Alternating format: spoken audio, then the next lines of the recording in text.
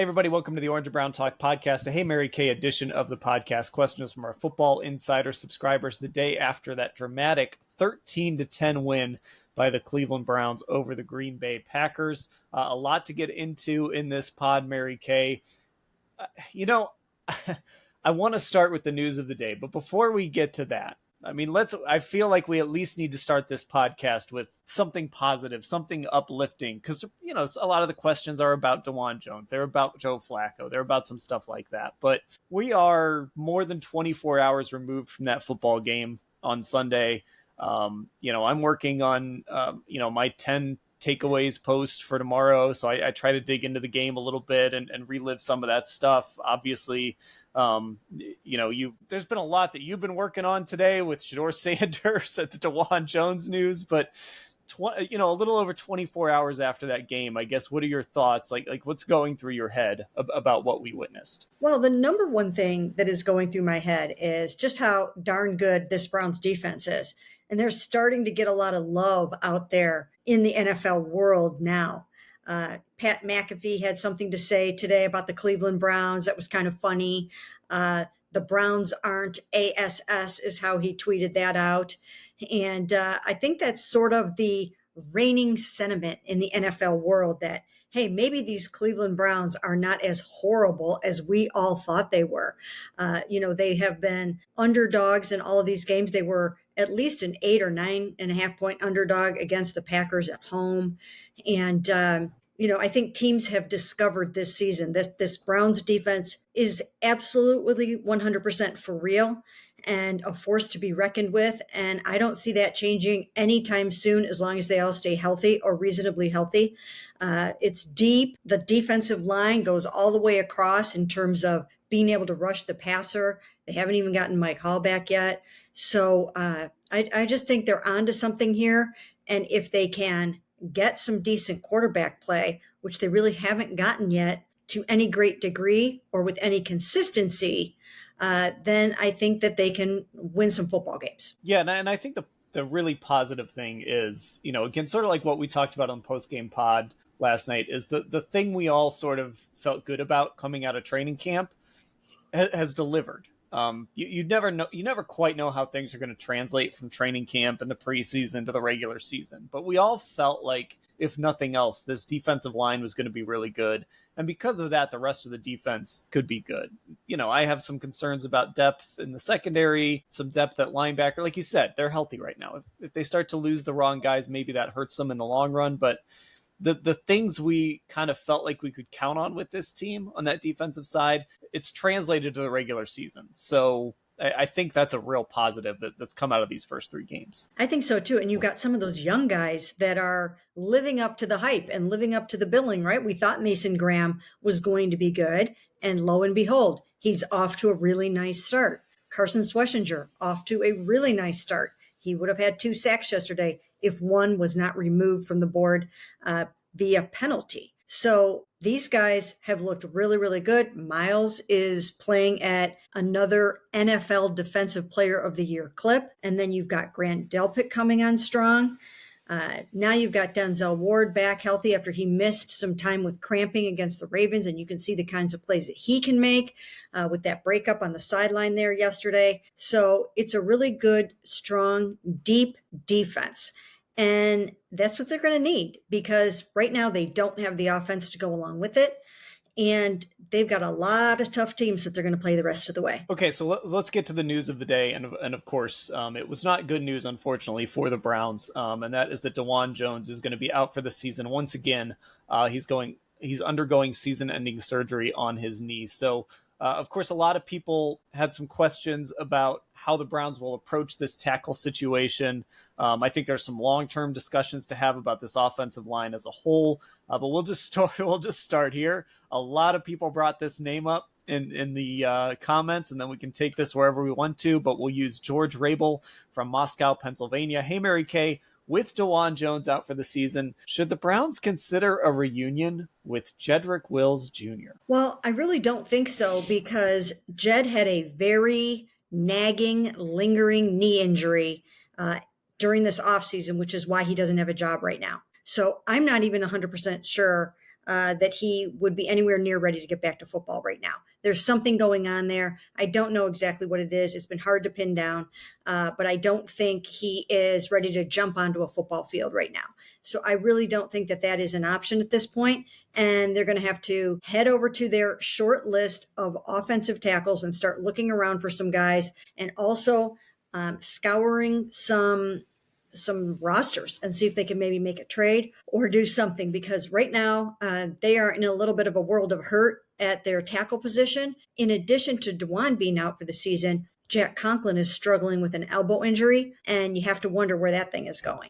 Yeah, and it was already sort of in flux, right? I mean, Dawand Jones got moved to right tackle yesterday, so there were already going to be questions about, like, so are we done with the Dawand Jones at left tackle thing? Is that just not going to happen? There were questions about Dawand already coming into the season. So even that wasn't a sure thing. And now it just becomes, your hope was Dawand would kind of seize left tackle, and you found this diamond in the rough in the 4th round. And it didn't look like it was trending that way necessarily to begin with. And now you've got questions, I think, across that entire offensive line, because now he's out for the year. So you're not going to have any answers on him. And everybody else on that line, they're free agents. Joel Bitonio could retire. Wyatt Teller, Ethan Posick, Jack Conklin, they're all free agents after this season. Conklin has not been able to be on the field consistently. So unfortunately, this position group that has been so strong for this team for so many years, it's going into an off season of, I don't know what it's going to look like. Maybe they bring a couple guys back. Maybe they remake the whole thing, but there aren't a lot of solutions on the roster right now. No, there aren't. And even when you look at some of their backup players, like Zach Zinter, who they drafted pretty high last year, he doesn't seem ready to play yet. If Joel had to not play in this past game, Tevin Jenkins was going to replace him. So you have to really look at what's coming down the pike. And it's really important, as you mentioned, to rebuild and to restock that line. This is an offensive line snob football team. They're always going to try to have as good of an offensive line as they possibly can have. And they are going to have to make some changes. And I think this injury means that they are going to have to look somewhere for their left tackle of the future, because this is the 3rd season that Dawand Jones is ending the season on injured reserve after having to undergo a season-ending surgery. So I don't think you can go into the final year of his rookie contract next year counting on him to be your starting left tackle. As it was, he was not grading out well by Pro Football Focus. Now, we always take those with a grain of salt. We're never exactly sure how the Browns' grades are matching up with PFF's, but I think it's pretty obvious that, that he was finding his way over there a little bit. And I think maybe what they were trying to do was put him over on the right side and maybe let him get a little bit of confidence back. He's the 74th ranked offensive tackle right now on PFF, according to, amongst the qualifying left tackles, those who have had, a minimum amount of snaps.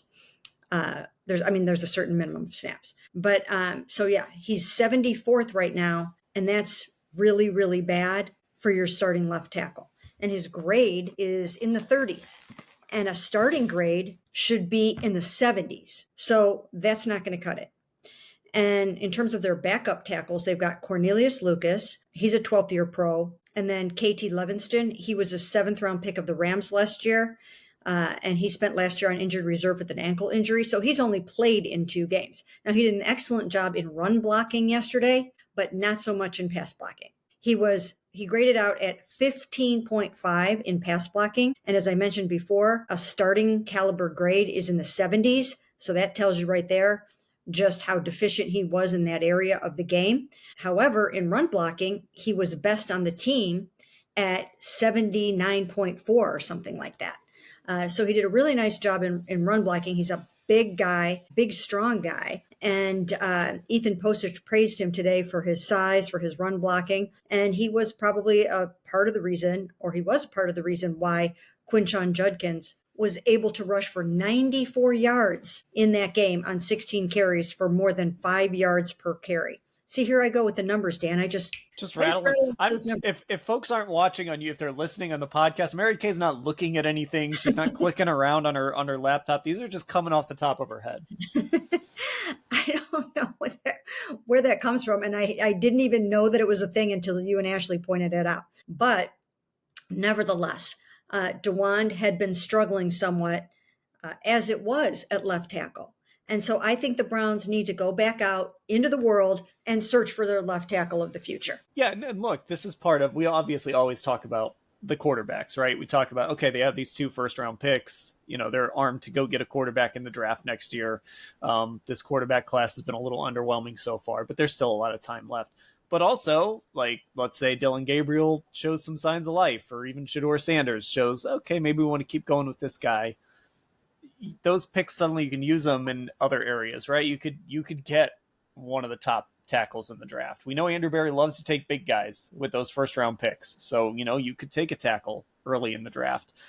They have a lot of picks next year anyway to begin with. So, they can fix that position, but it just, again, of the list of guys that they just sort of said, we want to get answers on this year, right? Dawand Jones was on that list. I think Ced Tillman was on that list. And there were some other guys like, let's get some answers on these guys. Unfortunately, you're not going to get an answer on Dawand Jones, and it's through no fault of his own. It was a tough play. I know the Browns are going to send it into the league. I watched it again today. It was certainly a low hit.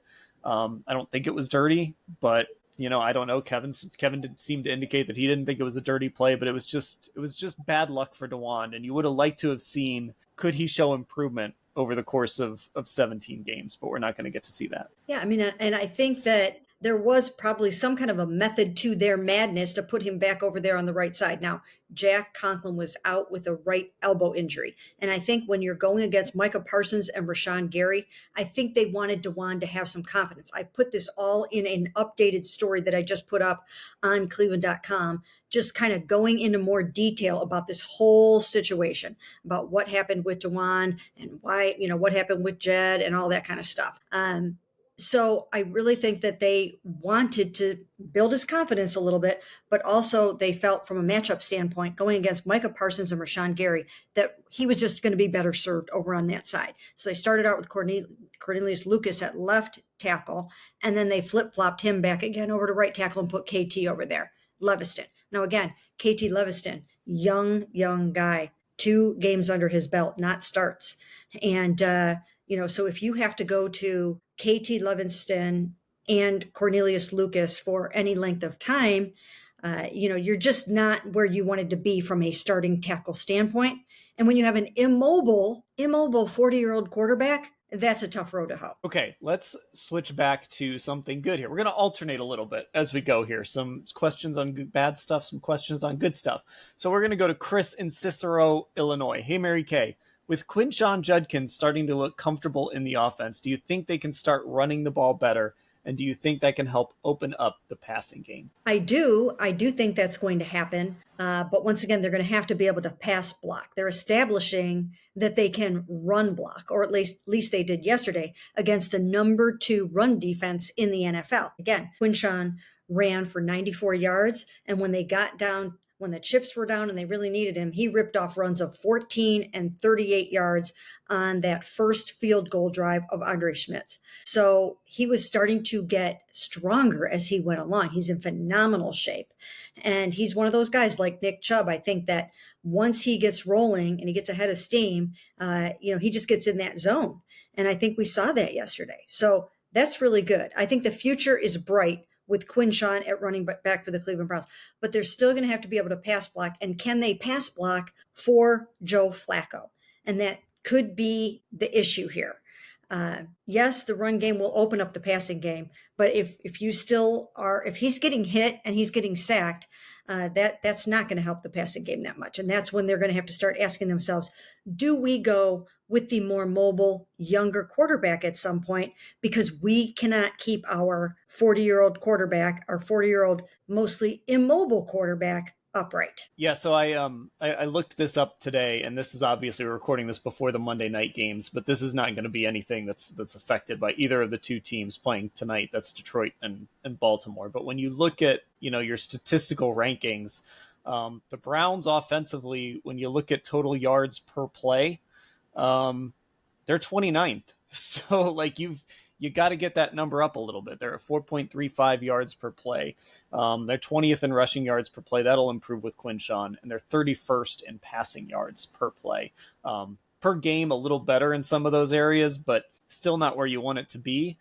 And so hopefully having Quinshon back, hopefully this line, it seemed like they figured some things out on Sunday. Hopefully that'll get this running game going, and that'll increase somewhat of what this offense can do. But I was really impressed with Quinshon, and I still see a lot of Kareem Hunt in how he runs the football. He's not as chaotic as Kareem Hunt was when he was here, but I see he's not like as patient as Nick Chubb. Now he does have that kind of explosiveness in the second level, but like I still see some of that Kareem Hunt where he's going to hit a hole and he's not going backwards once he hits that hole. And I think we saw that a couple of times on Sunday where maybe they weren't big runs, but he was turning, 2-yard runs into 4-yard runs, and even like no gains into like 2-3 yards. So it's a very good start here for Quinshon Judkins in his first 2 games. Yeah, he's very powerful and explosive. And when you see him in person, you realize how built he is and how big he is and how muscular he is, right? I mean, you've seen him in practice when he's going through the bags and doing the agility drills and those kinds of things. I mean, his legs are like tree trunks. I mean, he is obviously a workout warrior, and he worked out in South Florida with Dr. Reef. I came to find this out last week, that while he was out, he was working out with one of the best trainers in the NFL who works out with the stars. Martin Emerson is planning on going down there in October to start rehabbing with him. He's worked out a ton of guys, Alvin Kamara and a bunch of other guys. And that's where Quinshon was. And now I see why he is in such phenomenal shape. And I do think that the future looks really, really bright. And I think he's sort of a combo. I see some Nick in him and I see some Kareem in him. I think he's a little bit of a combo of those guys. Okay, so now let's talk about some Joe Flacco, because a part of this question was the passing game, and a lot of questions about how Joe played yesterday. This question comes from Jeff Sapisi in Eden Prairie, Minnesota. Hey, Mary Kay. The Browns radio broadcasters noted that on multiple occasions in the game on Sunday, Flacco failed to notice open receivers. Is this worrisome? Did he lack confidence in his tackles or something else? And I'll say that, having gone back and watched, like last week, I didn't see a bunch of guys open. I do think there were some instances in this game, and I'm not even talking about the flea flicker. That was a screen. So, like, I know that clip has been going around of Bond running wide open, but I think that was designed for Fannin. But there were other occasions where he wasn't maybe taking some shots downfield that were there. And I think this is a fair question. Is it a concern about the tackles? Could it be something else? I wonder if this was a situation where maybe he just maybe they didn't want him making risky plays or risky throws and they wanted him to be safe. I think there's a lot of factors to his performance on Sunday. Well, I think if you go back to the Baltimore Ravens game, even though for the most part, it looked like the guys were pretty well covered in a lot of instances. If you recall, we've talked to Jerry Jeudy, and he did say, look at the film. And I went back to Jerry Jeudy, and I asked him one-on-one. I said, are you, just so I'm not misinterpreting this, are you saying that you were open a fair amount of times where you didn't get the football? And he just, once again, looked at me and he said, look at the film. So I have to study that one a little bit more. I know he can. I've gotten a chance to look at it. He'll be able to say it again this week if he wants to. So I do think in both cases, each of these last 2 weeks, that Joe just wasn't at peak efficiency. He wasn't necessarily at the top of his game. And maybe he is worried about the tackles. Maybe he's not trusting his protection. I don't know. We'll have to delve into that a little bit more on Wednesday. But to go 56 minutes, more than 56 minutes without putting a point on the board, to go punt in the first half, to have 6 punts and an interception until you get to the final 3:38 of the football game, that's not going to cut it.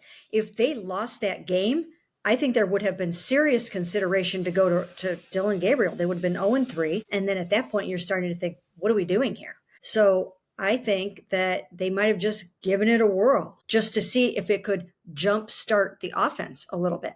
Now, when you go out and you win that game and you pull it out in the end, and you pull it out in part because your veteran quarterback is able to handle an end of game situation like that and close it out under very trying and challenging circumstances where everything has to go perfectly and you cannot have a mistake of any kind. He did it. And so you're not going to bench him after that. He came through and pulled out a victory. And that doesn't call for your veteran quarterback getting benched at that point and turning it over to a rookie. But had they lost that game, I really wonder if they would have seriously considered making a change. So now they will go forward with him and they'll go into Detroit and they'll see what they can do. But things are not going to get any better, I don't think, by this coming week at the tackle position, because once again, we don't know about Jack Conklin. It could be KT and it could be Cornelius. We're not too sure about that. And those defenses, these really good defenses that they're going up against, these NFC North tough defenses, they're going to pounce on that. And especially they're going to pounce on it knowing that Joe can't get away from it, or that it's hard for him to get away from it. So I don't know. I don't know if it's going to get that much better this week, but I will say that he did miss some things in his first couple of weeks. And I'm sure that, once again, I still have to review the film from this past game, but I'm sure that it's going to be back-to-back weeks of him not seeing everything the way that he should have. Yeah, and I do, again, a part of me does wonder if, similar to how Green Bay was trying to win this game, right? And then it collapsed at the end when Jordan Love throws that interception. But similar to how Green Bay was trying to win this game, like, just do not give them short fields. Do not give them, don't turn the ball over. Don't give them opportunities. Make them put together long drives against our defense. And that's sort of what the Packers were trying to do. And I do wonder if the Browns went into that game, if Joe almost had like the instructions of like, don't turn the ball over. Don't make risky plays. We're going to just keep trusting our defense. We're going to play this field position game. We're going to turn this into an old school Big Ten football game and be happy with punts and field position and see if our defense can make a play for us, which they did, and go from there. But you do have to, like, you can't play that way. If you're really truly trying to win games, you can't play that way. You've got to be explosive on offense to some degree. Obviously you can lean into that a little bit, but there does come a point where you've got to be able to score some points. Yeah, I mean, so what is their average now? 17, 16, and 13 points. So they're averaging whatever that is, 14 and a half or something like that points per game. What is so like 33, 46 divided by, so it's like 15 points a game, right? Something like that. Yeah. So that's not going to cut it. I remember many years ago when we used to, rip the Browns for averaging 18 points a game. Well, they're worse than that right now. I mean, that was years ago when they couldn't get their act together. And here they are in 2025, averaging 15 points a game. Are you kidding me? But we always knew that they were going to need to get good quarterback play and not be turning the ball over. Now, the run game got off to a slow start because Quinshon wasn't here. Now I think they're going to be okay in that regard. And I can see the vision. I can start to see the vision because if you had, let's pretend that you could plug Joe Burrow into this offense, I think it would be a good offense. I do. I think they're a quarterback away right now. And I know the offensive line has problems. So let's say they're a mobile quarterback away from being a good offense. And we know that Dylan is more mobile than Joe, but still he's a rookie. And I've made this point many times. It's not just about does your veteran need to come out of there? It's also, is your rookie ready to go in there? And I don't think they're super crazy confident that their rookie is ready to be in there again on the road when it's loud against some of these defenses yet. It's premature. They did not want to do that yet. So they'll try to get through one more week and see what they can do. But I think that this football team, like I've thought since the whole entire offseason, is a quarterback away from winning some football games. Maybe not going to the Super Bowl, maybe not going to the AFC Championship game, but making a run at the playoffs, a quarterback away. Maybe they should go get Kirk Cousins or something. Well, I'm not a big Kirk Cousins fan. I don't think Kirk Cousins makes this thing look that different than Joe Flacco, but that's a whole other discussion. That's a whole other discussion. I mean, look, I think, first and foremost, if we're talking playoff team, it's not hard to be in the playoff race until mid-December, like we've covered some pretty bad Browns teams when you look up in mid-December, just like, how are they still alive? So maybe you're right.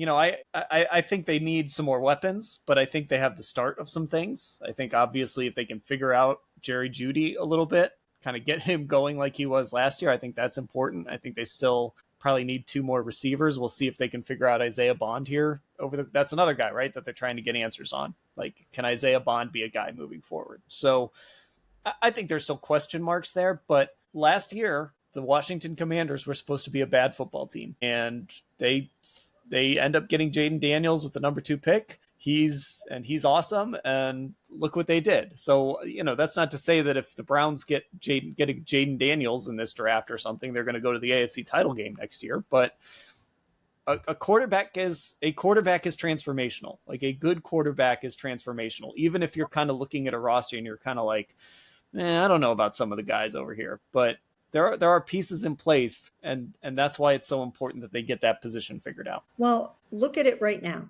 You've got Quinshon coming back and running strong. You've got Harold Fannin playing really, really well, and he really is another receiver. He's a tight end by trade, but he really is another big receiver. They really haven't even completely gotten things going yet with David Njoku, so there's more to be mined there. And then I think Cedric Tillman, he's been a little inconsistent in the beginning here, but I think he's showing some things. I think he's making some contested catches. And I think if he continues to really focus and concentrate and improve, by mid-season, he can really start to take off. I think he's going to get better week by week. I can sort of see the vision there. Jerry Jeudy, they've got to get him figured out. They've got to get him figured out between Joe and Jerry. It's not the Joe and Amari show right now. It's not. Now, part of that is maybe because of protection issues, but those 2 guys really haven't completely connected yet. And you don't want to lose Jerry Jeudy. You don't want to lose. He's your number 1 receiver. You don't want to lose him from a this isn't working out for me standpoint. You can't afford to do that. He's more of sort of the traditional, I need the ball more kind of receiver. And you'll start to hear that from him. You'll start, if he's telling us, go watch the film. I mean, there's little rumblings already that like, hey, this isn't going for me the way that it should be going. It went nicely for him when Jameis Winston was in there last year. He doesn't have that connection yet with Joe. So I think that'll also factor into whatever quarterback decisions they decide to make. But I hope somebody asked us a question about Shedeur, because I would like to talk about Shedeur a little bit if we get something like that. So someone did, not directly to what you wrote about today, but someone basically said if Dillon Gabriel gets his shot, does that mean Shedeur Sanders moves up to the number 2 job? That was from Dash in Raleigh, North Carolina. So obviously, a lot of Shedeur talk today. Deion Sanders was on the New Heights podcast. You wrote about it. It's up there at cleveland.com/Browns. He confirmed that they told the Ravens not to draft him, which is interesting. But I guess what were your thoughts? Like, obviously, that story was a story in Baltimore last week. Shedeur didn't really want to talk about it. You got a chance to talk to Shedeur last week as well. You wrote a story on that went up on Saturday. Just sort of about how he's trying to take advantage of some of these scout team reps and some of the work he's getting in practice. So where are things right now with Shedeur Sanders and that whole story of him just not wanting to go be a backup in Baltimore? Yeah, well, first of all, as for my interview with Shedeur on Friday, I thought it was a really enlightening interview. I mean, he was good. I'm not saying I did a good job. I'm saying he was good in terms of the answers that he provided. He was very forthcoming, and he told me a lot of cool things. And he went on and on and on about just how much chemistry that scout team is developing and how good they're getting together and how they're honing their skills against the number 1 defense. They're going up on that scout team, and they're not always running the scout team because Dylan's running it some and Bailey's running it some. And then when you have a mobile quarterback, then you get other guys involved in pretending that they are the quarterback for the opposing team. But when Shedeur gets his backup scout team reps or his scout team reps, and when he gets his 2 spotting reps, because they are taking those young guys and putting them on a separate field and giving them extra reps. They're letting them do that like they did in training camp. That is still going on out there at practice. We see some of it in the early going. But so he's getting plenty of time to throw the ball, and he feels really good about it, and he feels like he's getting better. So much so that he feels ready to go out there and play. And that was my takeaway from him. He was saying, I'm learning, I'm growing, I'm working hard, and I feel ready for my opportunity whenever that comes. He feels ready to go out and play. Now, I'm sure the Browns don't think that he's ready to play yet, because practicing without getting hit is completely different than going out there into a football game and avoiding that kind of a rush. And he's not a super mobile, fast guy either. And, they want to make sure that when he does go out there and play, that he can function and that he can handle everything that's going to be thrown at him, because it's not like he can take off running for his life when the play breaks down. He doesn't have that kind of speed. He didn't inherit that from his dad. He inherited a lot of things, and he's very talented. His superpower, as we've discussed numerous times, is his elite accuracy. It's one of the number one things that you want from your quarterback. You want him to be able to put the football where he wants to put it. And not only that, I've seen him do it with an uncanny sense of touch. He's got really good vision, and if he sees that a defender has jumped the route or something like that, he can put the right kind of touch and lift it right over a defender into the hands of the receiver in the end zone. I've seen him do it. And I think that is one of the things that he does really well. He can vary his ball speed. He can throw it really fast and hard if he needs to. He can loft it. He can sidearm it. He's got really nice arm talent. But you have to couple that with being able to read the defense quickly, and all the things that they're going to do to disguise and try to confuse you, all the blitzing that they're going to do, and everything that's going to be coming at you. And that's the stuff he's got to learn. He's got to learn all that kind of stuff. I mean, just even in that first drive I watched just today, because I wanted to see the Dawand injury again.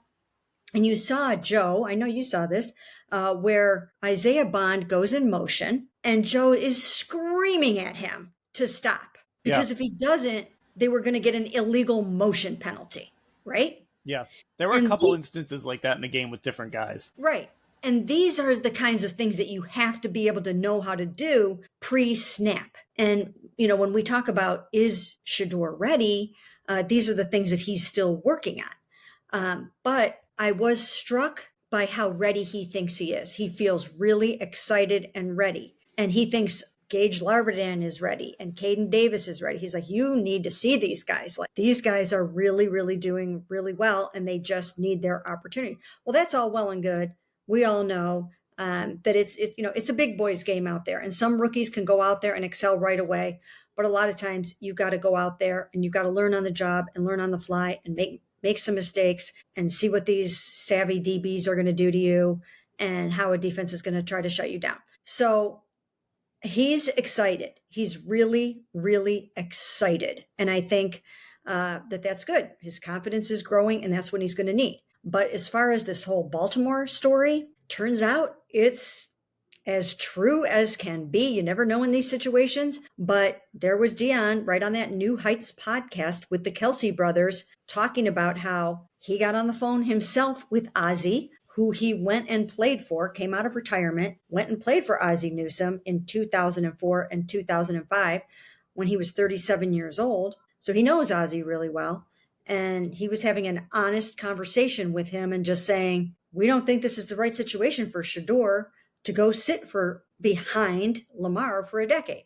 We don't feel like that's right. And then Ozzie was like, well, I want to talk to Shedeur too. So he put Shedeur on the phone, and Shedeur told him point blank, this isn't really what I want. Now, by that point, I'm sure that they must have had some indication that the Cleveland Browns were going to try to trade up and take him in that 5th round, because you would have had to be really confident that you had another gig if you're saying no to the AFC North champion Baltimore Ravens. Because if nothing else, you're going to get drafted, you're going to get paid some, and you're going to learn a lot there. So he had to have known that the Cleveland Browns were going to come calling. And I think he really, truly felt and believed.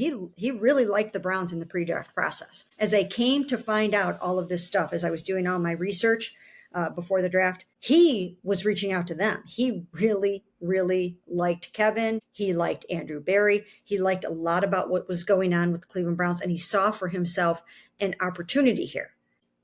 If Joe continues to falter, then Dylan is going to get in there pretty soon. And then we're going to have to see how it goes with Dylan. But I think, and Dion certainly thinks, that there is going to be a world in which Shedeur sets foot in a football game. Now, it seems to me that Deion thinks it's coming sooner than I think it might happen, but they all are starting to feel pretty excited about the fact that Shedeur is going to have a chance to show what he can do this season. And maybe it won't be as late in the season as some people think. So I have a lot of thoughts as you were kind of going through all that, right? First of all, I like Shedeur. I think his personality is awesome. Whenever he's talked to us, he's been great. I thought, when we were asking him about the story in Baltimore, like he was fine. He handled it great. I love that he talks up his scout team teammates. I think that's a guy that understands what that job is and understands what it is to like be a good teammate and all that. I think that's great. I also think, kind of hearing all that, how is he prepared to handle a situation where he is still the number 3? I'm not 100% convinced that if like they needed a third quarterback to start, let's say like something happened to Joe and Dylan this week and they needed a third quarterback to start in Detroit, or they needed a third quarterback to start in London. Are we 100% sure that would be Shedeur Sanders? Or could they put Bailey Zappi in that situation? You know what? I'm guessing that because they do want to see what in the heck Shedeur can do this season, that they might try to devise a game plan, especially now that they have a running game. I'm thinking that maybe they could dial things back, present a sort of simplified, rookie-oriented game plan that he could handle if coupled with a running game. I would guess that they would want to take a unique, even forced opportunity, if it happened, opportunity to see what he could do, to throw him into the fire and just see how he responds. Because sometimes that's just the best way to see what you have, is just to go do it. I mean, Baker Mayfield had to go do that. He got thrown into a game in week 3 of his rookie year, and he pulled out a victory and busted beer coolers open all over the city. So, but I do think with Baker, like Baker was more. I mean, Baker was the number 1 pick. Like he was ready. Like if I guess what I'm saying is, it's not that I think Bailey Zappi would start over Shedeur in normal circumstances, but if it were like in the next 2 weeks, because again something happened to Joe and Dylan and they had no other quarterbacks, are they ready to start Shedeur in like week 4 or week 5? It's a great question. It's a great question, and I might not do it, because I wouldn't want him to lose his confidence. I would want to keep building him up to the point where when he does go out there, that he knows what he's looking at. He knows what he's seeing. He knows exactly where he's going to go with the football. He knows where his checkdowns are. He knows he has studied some film, a lot of film. He's watched these games. He's envisioned himself in some of these games, sometimes even just 3 or 4 more weeks on the sidelines, or assimilating things, or going through more game plans week by week. Sometimes just going through that process each week, you get it. You start to figure out how this thing works, how to actually study to be able to start a game. I remember DTR initially thought that he was doing what you needed to do to prepare to start. But when he got thrown into the game against the Baltimore Ravens as a rookie, and he lost, or was part of a 28-3 loss in that game, he realized very quickly that he hadn't prepared enough. He thought that he knew what it was like to prepare to be the starter, and he quickly realized that he didn't. He hadn't watched enough film. He hadn't spent enough extra time, with his receivers, or whatever, he needed to do. And after that, he picked everything up a notch, knowing that he had to do everything times 5 from that game. So I think that's part of it. The rookies don't know what they don't know until they go out there and they figure it out the hard way. But Deion was talking about that on the podcast today too. He was like, whoever learns anything on the bench, who learns from sitting on the bench? And I do agree with him to a certain extent. I do agree with him. But I also think, like you said, Baker Mayfield was a first round pick. There are different grades of rookie, and you can throw one rookie out there in week 3 and maybe not another. And, I don't know. We're not able to watch these practices now. I mean, Shedeur certainly feels like he is ready if he gets thrown in there. We won't know until we see it. Right. And well, I kind of had to laugh too, because it's like, well, he's kind of on the bench anyway. But the other thought I had was, so with all of this context, how then would he be prepared to handle? So when we go into next spring, Dillon Gabriel will still be here, right? Shedeur Sanders will still be here, we assume. Mhm. We'll hopefully have an idea of kind of where they are as players. Hopefully we'll have gotten a chance to see both of them play. Or maybe Dillon seizes the job and there's no question. But then there's a chance that there could be a number 6 pick or something. You know what I mean? Like or whatever. I don't know, wherever it ends up being. There could be a, Lenoris Sellers or Drew Aller, or pick your college quarterback of choice here and plug him into Kate Klubnik. I don't think anybody wants Kate Klubnik right now, but Nussmeier. Garrett Nussmeier, Fernando Mendoza, whoever. Like, pick your guy. Right. There could be a first-round quarterback in camp too, or maybe a second-round quarterback, or another third-round. Like, there could be another guy in camp. So how then, if they're kind of talking today, like, hey, we think he's going to be in there, we think he's going to get his chance here soon, and maybe he's in another quarterback competition next spring, this time with maybe a guy that the Browns hand-picked to maybe be the next guy. I wonder how that plays out then, if they sort of engineered this to get here, and maybe he doesn't end up being the guy he wants to be here. Well, I will say this about the Sanders family, and Deion has told us this in no uncertain terms. He's not going to let Shedeur languish in a situation that's not right for him too long. There will be a fine balance between getting ready to play football, being patient, coming up the learning curve. But once the family thinks he is truly ready to play NFL football, and it becomes clear that that's not going to happen here for a number of years, they'll put their heads together and they'll figure out a strategy. And maybe the strategy is sit around and wait for as long as you have to. But maybe the strategy is, hey, maybe there's somewhere else that he can go where he will get an opportunity sooner. They will be involved. Deion has already told us from back in Shedeur's first year at Colorado that he was going to be involved in the process. And if he's ready to play and it's not going to happen here, and he's going to be third again behind Dillon and somebody else, then I think they're probably going to want to at least have a discussion about that. They will have a convo about that. So it's going to get interesting. It's going to get interesting because, like I said, I think Shedeur is really starting to feel good about where he's at, but he already has one other person in front of him, and that's Dillon Gabriel. And we don't know where that's going yet. We have no idea. Dillon might come in, and, what if he is like one of these young quarterbacks over the last couple of years that have come in at a certain point in the season and really surprised people? What if he's one of those guys?